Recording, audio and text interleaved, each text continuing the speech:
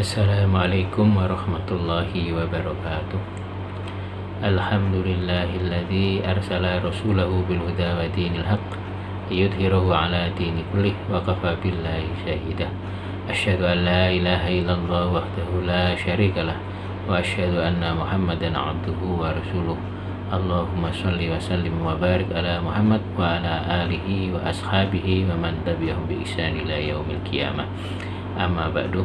Para jamaah yang dimuliakan oleh Allah Subhanahu wa taala, marilah kita senantiasa untuk bersyukur kepada Allah Subhanahu wa taala karena telah begitu banyak Allah melimpahkan rahmat, nikmat dan hidayah kepada kita semua. Sholawat serta salam mudah-mudahan tetap tercurah kepada Nabi kita Muhammad sallallahu alaihi wasallam. Para jamaah yang dimuliakan oleh Allah Subhanahu wa taala, pada kesempatan kali ini kita akan membahas atau melanjutkan ngaji kitab Bulughul Maram bab masjid. Anna Aisyata, dari Aisyah radhiyallahu, semoga meridhoi Allah anna, dari Aisyah qalat, berkata Aisyah, telah memerintahkan Rasulullah sallallahu alaihi wasallam bibina il masajidi, dengan membangun masjid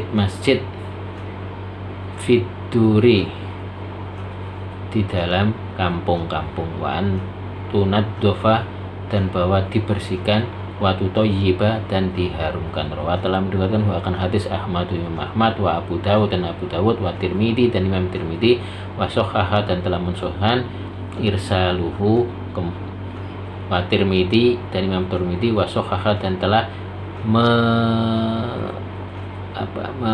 membenarkan irsalahu akan kemursalan hadis.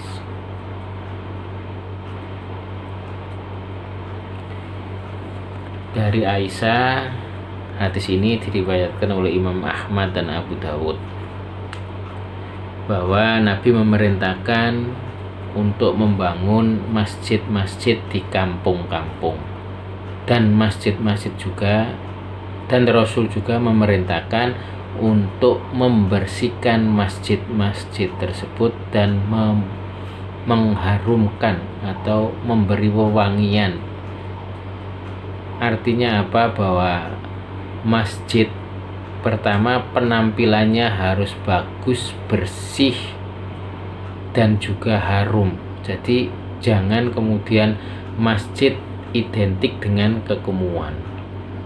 Jadi dari hadis ini bahwa kita diperintahkan untuk senantiasa membersihkan masjid dari kotoran-kotoran, apalagi barang-barang najis, agar sholatnya khusyuk, sholatnya bisa tenang karena melihat masjidnya bagus dan bersih, apalagi harum.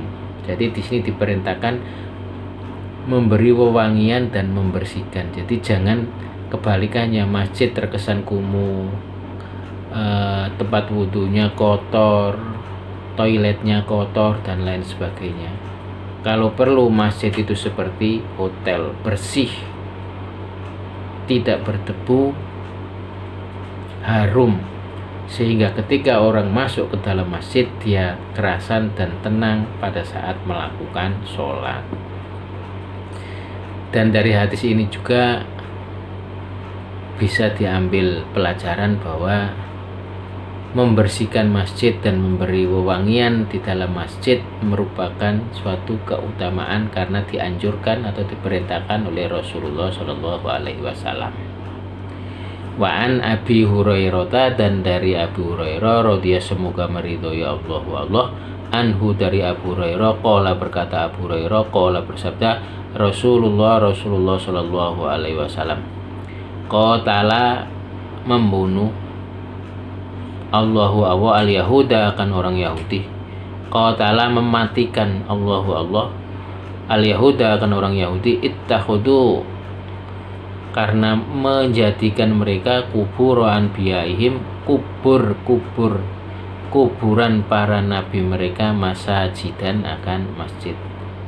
Muttafaqun, telah disepakati alaihi, atas hadis. Wazada, dan telah menambahi Muslimun, Imam Muslim, wan Nasoro, dan juga termasuk orang-orang Nasrani. Hadis ini dari hadis Abu Hurairah. Dari hadis ini bisa diambil pelajaran bahwa, atau hadis ini menjelaskan bahwa Allah Subhanahu wa taala membunuh atau membinasakan kaum Yahudi. Kalau di dalam riwayat Muslim, ini hadisnya hadis muttafaqun alaih, artinya hadis ini diriwayatkan oleh Bukhari dan Muslim, sedangkan di dalam riwayat Muslim ada tambahan wan nasoro. Jadi qatalallahu yahuda wan nasoro. Jadi Allah membinasakan kaum Yahudi dan kaum Nasrani disebabkan oleh mereka membangun atau menjadikan kuburan para nabi sebagai masjid-masjid. Dari sini juga bisa diambil pemahaman bahwa kita dilarang, seperti yang sebelumnya sudah dijelaskan, kita dilarang sholat di Kita dilarang sholat di kuburan.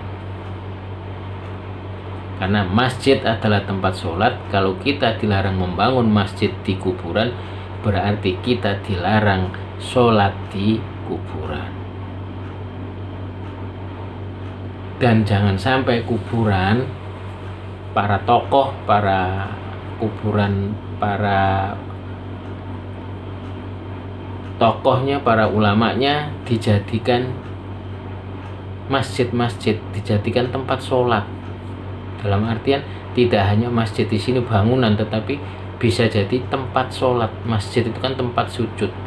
Jadi sholat beramai-ramai, rombongan datang kemudian sholat di tempat atau di kuburan para tokohnya, para ulamanya.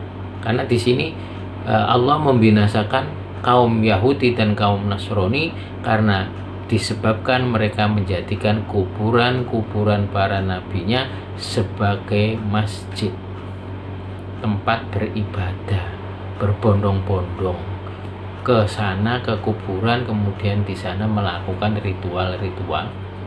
Kalau dalam Islam berarti melakukan sholat, dan sholat di dalam kubur dan sholat di kuburan itu dilarang. Dari hadis ini bisa diambil pelajaran bahwa kita dilarang melakukan sholat di kubur, kemudian di kuburan, kemudian dilarang juga membangun masjid di kuburan. Walauma, dan bagi Bukhari dan Muslim, min hadis Aisyah, dari hadis Aisyah, kanu adalah mereka idza mata, apabila meninggal, fihim di dalam mereka, ar-rajulu seorang laki-laki, as-solihu seorang laki-laki yang soleh, banau membangun mereka, ala qabrihi atas kuburnya, masjidan masjid, wafihi dan di dalamnya ulaika mereka itu syirorul kholqi, sejelek-jelek akhlak atau sejelek-jelek makhluk. Hadis dari Aisyah masih riwayat Bukhari dan Muslim, ini juga mendukung hadis yang sebelumnya bahwa orang Yahudi dan orang Nasrani itu apabila ada orang yang meninggal, orang soleh yang meninggal, maka mereka akan membangun masjid di atas kuburan orang-orang yang soleh tersebut, atau ulamanya atau kiainya dalam bahasa kita. Jadi ketika ada orang yang soleh, ketika ada ulama dari mereka, dari kalangan Yahudi dan Nasrani meninggal, maka mereka akan membangunkan masjid-masjid di atas kuburan para orang-orang soleh tersebut. Kemudian dalam hadis ini, ulaika syirorul khalqi, mereka itulah sejelek-jelek makhluk. Artinya sekali lagi bahwa membangun masjid di kuburan adalah termasuk hal yang terlarang, karena ini dilarang oleh Nabi Shallallahu Alaihi Wasallam.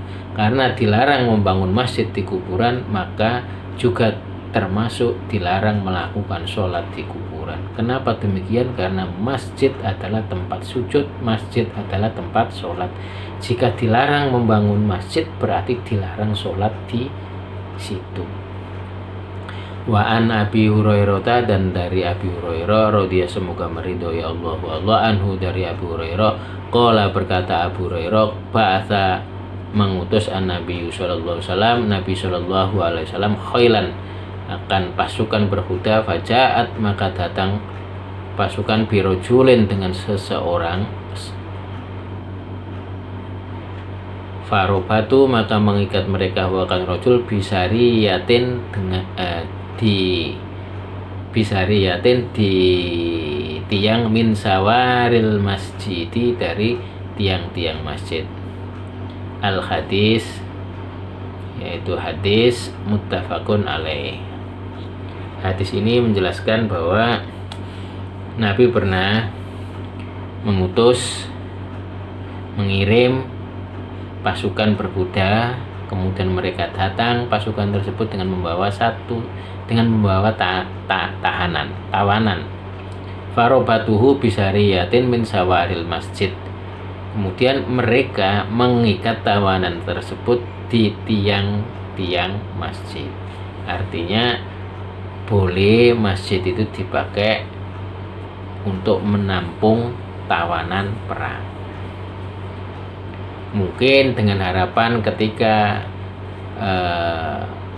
kaum muslimin sholat berjamaah di situ, mereka melihat persatuan umat Islam, mereka melihat bagaimana orang Islam itu sholat, siapa tahu di antara mereka nanti bisa mendapatkan hidayah. Ketika melihat kerukunan, persatuan, dan kekompakan serta kekhusyukan dalam melakukan sholat ketika sholat berjamaah bersama Nabi Shallallahu Alaihi Wasallam. Wa anhu, dan dari Abu Hurairah, anna Umar, sesungguhnya Umar radhiyallahu semoga meridhoi Allah anhu, dari Umar, marra melihat Umar, marra berjalan Umar bihasana dengan Hasan, yunshidu bersair Hasan fil masjid, di dalam masjid, falahato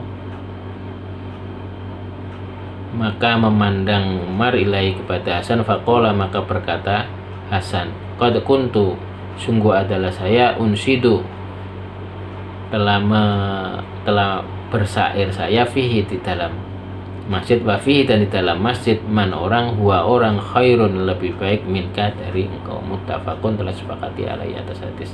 Hadis ini menjelaskan bahwa Umar berjalan melewati Hasan, sedangkan Hasan pada saat itu sedang membacakan syair. Pada saat membacakan syair, Umar merasa geram sehingga Umar memandangin Hasan.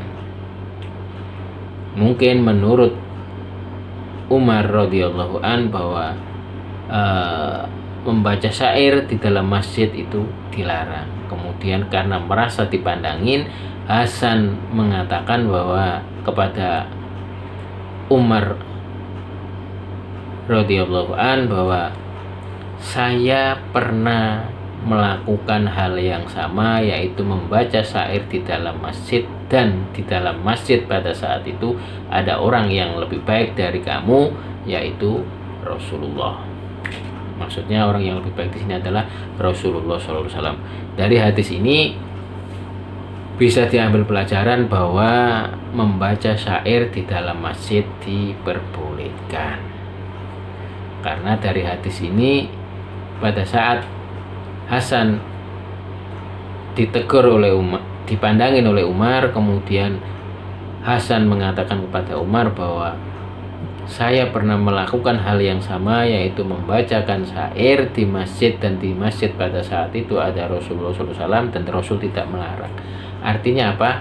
Bahwa hal ini tidak dilarang karena Rasul tidak melarang.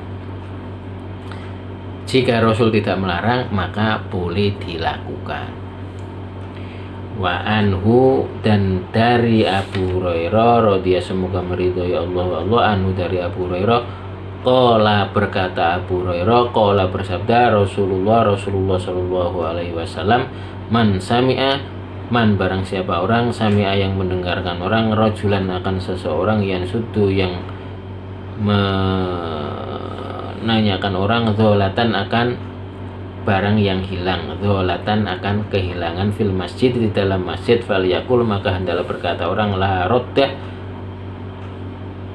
tidak mengembalikan hak, tidak kembali hak akan barang, la roddah tidak mengembalikan hak akan dholah Allahu Allah alaika kepada engkau fa innal masajidah maka sesungguhnya masjid lam tubna tidak dibangun lihada untuk ini. Rawa telah meriwayatkan wa akan hadis Muslimun Imam Muslim. Hadis ini menjelaskan larangan mengumumkan barang hilang di masjid. Bahkan di sini dijelaskan ketika ada orang bertanya terkait dengan barang hilangnya di masjid, maka katakanlah falyakul la raddahallahu alaik, mudah-mudahan Allah tidak mengembalikan barang yang hilang tersebut.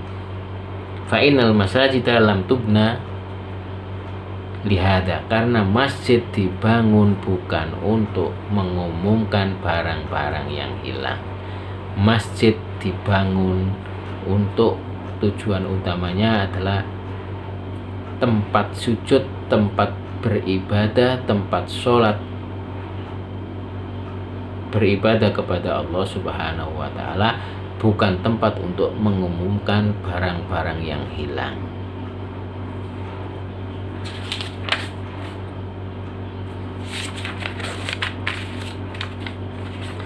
Demikian yang bisa saya sampaikan, mudah-mudahan bermanfaat. Billahi taufik wal hidayah. Wassalamualaikum warahmatullahi wabarakatuh.